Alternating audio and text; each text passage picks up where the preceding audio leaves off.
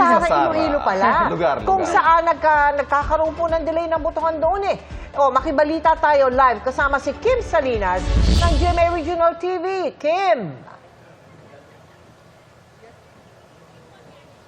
Yes, Mel, Pia, Ivan, nagdulot ng mahabang pila ng mga botante, lalong-lalo na ng mga senior citizens dito sa nangyaring aberya sa Sara, Iloilo.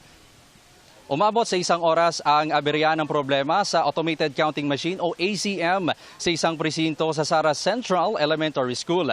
Ayon sa COMELEC, nire-reject ng ACM ang mga balota. Kaya ang pila ng ilang mga botante hindi daw umusad.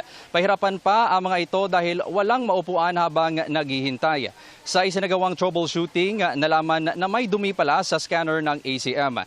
Nakumpuni ang ACM. Naglagay na rin ng karagdagang upuan para sa mga senior citizen, PWD at mga buntis. Maliban dito, may naitala ring problema sa ACM sa ilang lugar sa Iloilo Province katulad sa Cabanatuan, Iloilo na ginagawa na rin ng paraan para maisaayos.